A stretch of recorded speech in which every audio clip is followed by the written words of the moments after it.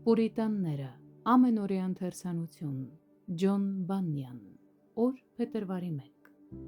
Հյուսիսից ոսկի է բերվում, Աստծո մոտ ահեղ փառավորություն կա, Հոբ 37-րդ գլուխ 22-րդ խոսք։ Երկյուղ բառով պետք է հասկանանք հենց Աստծուն անձամբ, քանզի նա է մեր երկյուղի առարկան, որովհետև աստվածային ահեղ փառավորությունը հաճախ կոչվում է հենց այս անունով։ Այս անունով էլ Հակոբը նրան կոչեց, երբ նա և Լաբանը վիճեցին Գաղաադ լեռան վրա, այն բանից հետո, երբ Հակոբը փախուստի էր դիմել դեպի իր հոր տուն։ Եթե իմ հոր Աստվածը, Աբրահամի Աստվածը և Իսահակի երկյուղը ինձ հետ չլիներ, անպատճառ ինձ հիմա դատարկ է իր ճանապարհ դրել։ Այսպիսով, մի փոքր անց, երբ Հակոբն ու Լաբանը համաձայնվեցին խաղաղության ուխտ կնքել միմյանց միջև, Լաբանը, հետևելով հեթանոսական սովորույթին, իր երդման մեջ խառնեց ճշմարիտ Աստծուն կեղծի հետ, սակայն Հակոբը իր հայր Իսահակի երկյուղով է երդում արավ։ Ծննդոց 31-րդ գլուխ 42 և 53-րդ խոսքեր։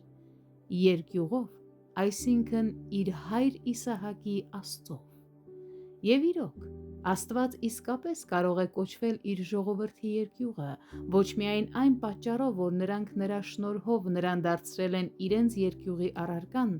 այլև այն ահեղ ու սարսափելի մեծության համար, որ կա նրա մեջ։ Նա մեծ և ահեղ Աստված է, և Աստծո մոտ ահեղ փառավորություն կա։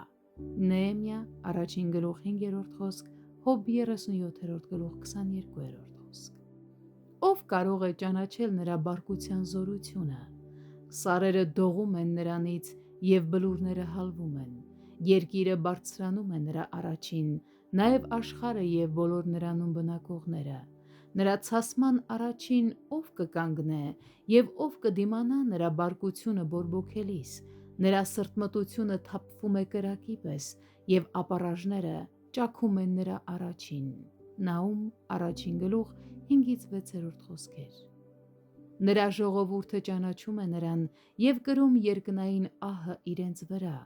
որի զորությամբ նրանց մեջ ծնվում և պահպանվում է այն աստվածահաճո երկյուղն ու ակնածանքը նրա մեծության հանդեպ, որ համապատասխան է իրենց կոչմանը։ Թող որնա լինի ձեր երկյուղը և ձեր զարհուրանքը։ Եսայի 8-րդ գլուխ 13-րդ խոսք։ Դրեք Տիրոջ փառավորությունը ձեր հոգու աչքերի առաջ, և թող նրա գերազանցությունը ձեզ լցնի աստվածահաճո երկյուղով։